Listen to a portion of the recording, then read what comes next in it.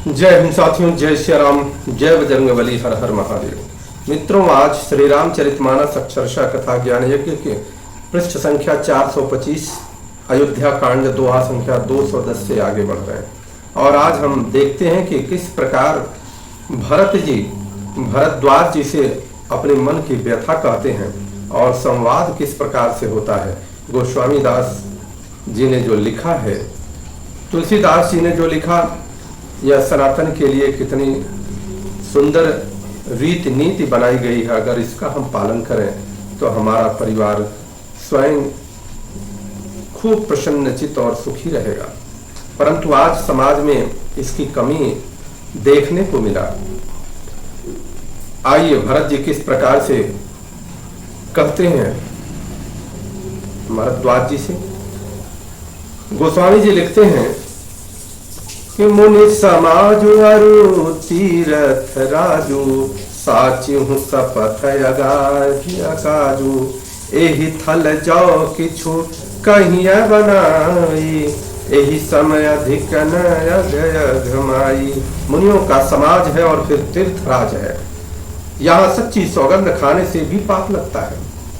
और हे भरद्वाज मुनि, आपसे मैं कुछ बना करके अगर कहूं तो इससे बड़ा पाप क्या होगा।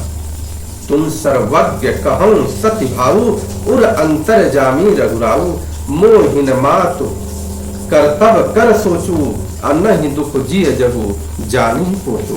किस प्रकार से वो कहते हैं कि मैं सच्चे भाव से कहता हूं, आप सर्वज्ञ हैं और श्री रघुनाथ जी हृदय के भीतर को जानने वाले हैं। मैं कुछ भी असत्य कहूंगा तो आपसे और उनसे छिपा नहीं रह सकता। मुझे माता कैकेयी की करने का कुछ भी सोच नहीं है और न मेरे मन में इसी बात का दुख है कि जगत मुझे नीचा समझेगा। नाहि न डरो बिगारी परलोकु, पितु मरण कर मोहि न सोकु, सुकृत सुजस भरि भुवन सुहाए, लक्ष्मण राम सरिस सुत पाए। न यही डर है कि मेरा परलोक बिगड़ जाएगा और न पिताजी के मरने का ही मुझे शोक है, क्योंकि उनका सुंदर पुण्य और सुयश विश्व भर में सुशोभित है। उन्होंने श्री राम लक्ष्मण सरीखे पुत्र पाए। राम विरह तजी तनु छन भंगु, भूप सोच कर कवन प्रसंगु, राम लखन सिय बिनु पग पनहि, कर मुनि वेश फिरहि वन बनहि। फिर जिन्होंने श्री रामचंद्र जी के विरह में अपने क्षण भंगुर शरीर को त्याग दिया, ऐसे राजा के लिए सोच करने का कौन सा प्रसंग है। सोच इसी बात का है कि श्री राम जी, लक्ष्मण जी और सीता जी पैरों में बिना जूती पहने ही मुनि के वेश बनाए वन वन में फिर रहे हैं। अजिनवसन फल असन मही, शयन दासी कुसपात, अबसी तरु तरनित, सहत हिमा आतप वर्षा बात। वे बलकल वस्त्र पहनते हैं, फलों का भोजन करते हैं, पृथ्वी पर कुश और पत्ते बिछाकर सोते हैं और वृक्षों के नीचे निवास करके नित्य सर्दी गर्मी वर्षा और हवा सहते हैं। एहि दुख दाह दहाई दिन छाती, भूखन बासर नींदन राती, एहि कुरोग कर औषधु नाही, सो देऊं सकल विश्व मन माही। इसी दुख की जलन से निरंतर मेरी छाती जलती रहती है। मुझे न दिन में भूख लगती है न रात को नींद आती है। मैंने मन ही मन समस्त विश्व को खोज लिया, इसकी कोई भी औषधि नहीं मिल रही। मातु कुमत बढ़ई अघमूला, तेहि हमार हित कीन्ह बसूला, कली कुकाठ करी कीन कुजंत्रु, गाड़ी अवध पड़ी कठिन कुमंत्रु। माता का कुमत अर्थात बुरा विचार पापों का मूल बढ़ी है। अर्थात माता का जो कुमत है वो बढ़ी का रूप धारण कर लिया। उसने हमारे हित का बसूला बना दिया। उससे कलह रूपी कुकाठ का कुमंत्र बनाया और 14 वर्ष की अवधि रूपी कठिन मंत्र पढ़कर उस यंत्र को गाड़ दिया। यहाँ माता का कुविचार बढ़ई का है। भरत क्यों राज्य बसूला बनाएगी और राम का वनवास कुमंत्र है और 14 वर्षों की अवधि कुयंत्र। मोही लगी यहू उठा टूटे ही ठाटा, घाल सी सब जगु बारह बाटा, मिटई कुजोग राम वीर आए, अब सही अवध नहीं आन उपाए। मेरे लिए उसने यह सारा बुरा साज रचा और सारे जगत को बारह बाट अर्थात छिन्न भिन्न करके नष्ट कर दिया। यह कुयोग श्री रामचंद्र जी के लौट आने पर ही मिट सकता है और तभी अयोध्या बस सकती है, दूसरे किसी उपाय से। भरत वचन सुनि मुनि सुख पाई, सबहि कीनी बहुभांति बढ़ाई, तात करहु जनि सोचु विशेषी, सब दुख मिटी ही राम पग देखी। भरत जी के वचन सुनकर मुनि ने सुख पाया और सभी ने उनको बहुत प्रकार से बड़ाई की। मुनि ने कहा, हे तात, अधिक सोच मत करो, श्री रामचंद्र जी के चरणों का दर्शन करते ही सारा दुख मिट जाएगा। करि प्रबोध मुनिवर कहूं, अतिथि प्रेम प्रिय हो, अकंद मूल फल फूल हमा, देहि लेऊं करि छो। इस प्रकार मुनिश्रेष्ठ भरद्वाज जी ने उनका समाधान करके कहा, अब आप लोग हमारे प्रेम प्रिय अतिथि बनिए और कृपा करके कंद मूल फल फूल जो हम कुछ भी हम दें उसे स्वीकार कीजिए। सुनि मुनि वचन भरत ही सोचू, भयों को अवसर कठिन सकोचू, जानि गरोई गुर गिरा बहोरी, चरण बंदी बोले कर जोरी। मुनि के वचन सुनकर भरत के हृदय में सोच हुआ कि यह बेमौके बड़ा बेधक संकोच आ रहा। फिर गुरुजनों की वाणी को महत्वपूर्ण समझकर चरणों की वंदना करके हाथ जोड़ करके भरत जी कहते हैं, सिर धरि आय सुकरिय तुम्हारा, अपरम धर्म यहुनाथ हमारा, भरत बचन मुनि बर मन भाए, असुचि सेवक शिष निकट बुलाए। हे नाथ, आपकी आज्ञा को सिर चढ़ाकर उसका पालन करना यह हमारा परम धर्म है। भरत जी के इस वचन को मुनि श्रेष्ठ के वचन को अच्छे लगे। उन्होंने विश्वास पात्र सेवकों और शिष्यों को पास बुलाया। चाहिए कीन्ही भरत पहुनाई, कंद मूल फल आनहु जाई, भले ही नाथ कहीं तीन सिर नाये, प्रमुदित निज निज कार्य सिधाए।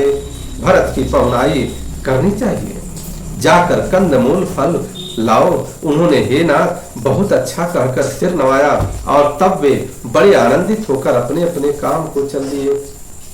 मुनि ही सोच पाहुन बढ़ने होता, तसी पूजा चाहिए जस देवता, सुनी रिधि सिद्धि अनिमादि कयाई, आय सुहोई सो करई गोसाई। मुनि को चिंता हुई कि हमने बहुत बड़े मेहमान को न्योता दिया, अब जैसा देवता हो वैसा ही उनकी पूजा भी होनी चाहिए।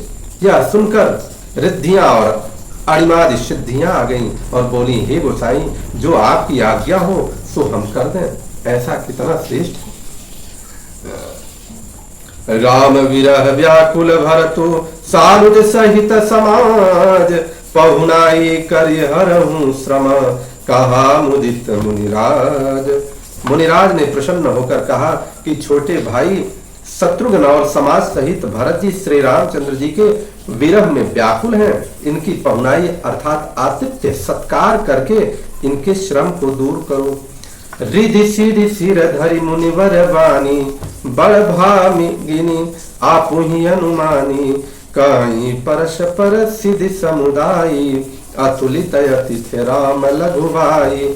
रिद्धि सिद्धि ने मुनिराज की आज्ञा को सिर चढ़ाकर अपने को बड़भागिनी समझा और तब सब सिद्धियां आपस में कहने लगी कि श्री रामचंद्र जी के छोटे भाई भरत ऐसे अतिथि हैं जिनकी तुलना में कोई नहीं आ सकता। मुनि पद बंदी करिए सोई आजू, सोई सुखी सब राज समाजू, अस कहीं रचे रुचिर गृह नाना, जेहि बिलो की बिल खाही विमाना। इस प्रकार से अतः मुनि के चरणों की वंदना करके आज वही करना चाहिए जिससे सारा राज समाज सुखी हो। ऐसा कहकर उन्होंने बहुत से सुंदर घर बनाए, जिन्हें देखकर विद्वान भी बिलखते हैं, अर्थात लजा जाते हैं। भोग विभूति भूरी भरी राखे, देखत जिनई अमर अभिलाषे। दासी दास साजु सब लीन्हे, जुगवत रहि मनहि मनु दीन्हे। उन घरों में बहुत से भोग और ऐश्वर्य का सामान भर रख कर दिया, जिन्हें देखकर देवता भी ललचा गए। दासी दास सब प्रकार की सामग्री लिए हुए मन लगाकर उनके मनों को देखते रहते हैं। सब समाज सज सिधि पल माही, जे सुख सुरपुर सपने हुनाही। प्रथम ही वास दिए सबके ही, सुंदर सुखद जथा रुचि जे। जो सुख के समान स्वर्ग में भी स्वप्न में भी नहीं है, ऐसे सब सामान सिद्धियों ने पल भर में सजा दिए। पहले तो उन्होंने सब किसी को जिसको जैसी रुचि थी वैसे ही सुंदर सुखदायक निवास स्थान दिए। इस प्रकार से देखिए कि जब कोई भी व्यक्ति ईश्वर के अधीन हो जाता है, जब कोई भी व्यक्ति प्रभु श्री राम के अधीन हो जाता है, योगेश्वर श्री कृष्ण के अधीन हो जाता है, जगत पिता के अधीन हो जाता है, तो उनके कार्यों को सफल बनाने के लिए इस पूरे सकल ब्रह्मांड के जितने भी देवी देवता हैं, सारे लोग तैयार रहते हैं, क्योंकि सभी जानते हैं कि यह तो ईश्वर को समर्पित है, ईश्वर का दास है, और अगर हम इसे प्रसन्न करेंगे तो ईश्वर हमसे प्रसन्न होंगे, ब्रह्म हमसे प्रसन्न होंगे। इस प्रकार से रिद्धियों सिद्धियों ने ऐसा वैभव वहां पर उत्पन्न कर दिया, जिस वैभव को देखकर पूरे देवी देवता इत्यादि हाथ मलने लगे, लजाने लगे कि कितना सुंदर वैभव। दास दासियां खाद्य सामग्रियां लेकर के, साथ सामान लेकर के सबके सामने प्रस्तुत हो रही हैं उस जंगल में। बहुरी सपरिजन भरत कहूं, ऋषि आय सुदीन। विधि विसमय दायक विभव, मुनिवर तप बल कीन। और फिर कुटुंब सहित भरत जी को दिए, क्योंकि ऋषि भरद्वाज जी ने ऐसी ही आज्ञा दे रखी थी। भरत जी चाहते थे कि उनके सब संगियों को आराम मिले, इसलिए उनके मन की बात को जानकर मुनि ने पहले उन लोगों को स्थान देकर पीछे सपरिवार भरत जी को स्थान देने के लिए आज्ञा दी थी। मुनि श्रेष्ठ ने तपोबल से ब्रह्म को भी चकित कर देने वाला वैभव रच दिया। मुनि प्रभाव जब भरत विलोका, सब लघु लगे लोकपति लोका। सुख समाज नहीं जाई बखानी, देखत विरति विसारहि ज्ञानी। जब भरत जी ने मुनि के प्रभाव को देखा तो उनके सामने उन्हें इंद्र वरुण यम कुबेर आदि सभी लोकपालों के लोक तुच्छ जान पड़ने लगे।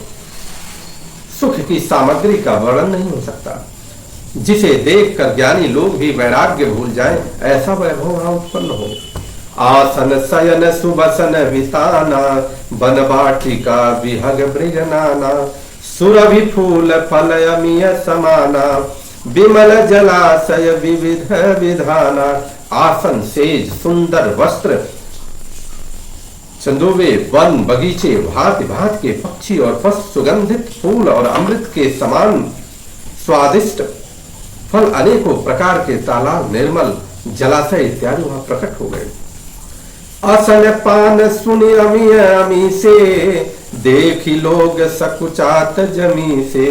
सुर सुर भी सुर तरु सबही के, लखी अभिलाषु सुरेश सची के। तथा अमृत के भी अमृत सरीखे पवित्र खान पान के पदार्थ हैं, जिन्हें देखकर सब लोग संयमी पुरुषों की भांति सच्चा रहे। सभी के डेरों में कामधेनु और कल्प वृक्ष हैं, जिन्हें देखकर इंद्र और इंद्राणी को भी अभिलाषा होती है, उनका मन भी ललचा जाता है। ऋतु वसंत वह त्रिविध बयारी, सब कह सुलभ पदार्थ चारी। स्रक चंदन बनिका, स्रक चंदन बनितादिक भोगा। देखी हरस विस्मय बस लोगा। वसंत ऋतु, शीतल मंद सुगंध, तीन प्रकार की हवा बह रही, सभी को धर्म अर्थ काम और मोक्ष चारों पदार्थ सुलभ है। माला चंदन स्त्री आदि भोगों को देखकर सब लोग हर्ष और विषाद के वश हो रहे हैं। हर्ष तो भोग सामग्रियों को और मुनि के तप प्रभाव को देखकर होता है, और विषाद इस बात से होता है कि श्री राम के वियोग में नियम व्रत से रहने वाले हम लोग भोग विलास में क्यों आ फंसे? कहीं इनमें आसक्त होकर हमारा यम नियम व्रतों का त्याग न हो जाए। संपत्ति चकई भरतु चक मुनियायस खिलवार, तेहिन से आश्रम पिंजरा राखे भाविनुसार। संपत्ति भोग विलास की सामग्री चकवी है और भरत जी चकवा है, और मुनि की आज्ञा खेल है। जिसने उस रात को आश्रम रूपी पिंजरे में दोनों को बंद कर रखा और ऐसे ही सवेरा हो गया। जैसे किसी बहेलिए के द्वारा एक पिंजरे में रखे जाने पर भी चकवी चकवे का रात को संयोग नहीं होता, वैसे ही भरद्वाज जी की आज्ञा से रात भर भोग सामग्रियों के साथ रहने पर भी भरत ने मन से भी उनका स्पर्श तक नहीं किया। बोलिए भरत भैया की जय। इस प्रकार से जब आप भोग सामग्रियों से आप दूर रहेंगे, अपने प्रभु श्री राम जी के शरणागत रहेंगे, तब जाकर के आपका कल्याण होने वाला है, तब जाकर के आपके सारे कार्य सिद्ध होने वाले हैं। और आपके सारे कार्य को सिद्ध करने के लिए परमात्मा स्वतः तैयारी करते हैं और परमात्मा स्वतः ही लोकपाल दिक्पालों को आदेश देते हैं। परंतु हमारा मन मैला है, हम बहुत मैले, बहुत अधमी है। अधम जीव होने के कारण हम थोड़ा सा भी भोग सामग्री देखने के बाद लालच में पड़ जाते हैं। यही हमारी हार है और परमात्मा से दूर करने के लिए यही हमारे लिए काफी है।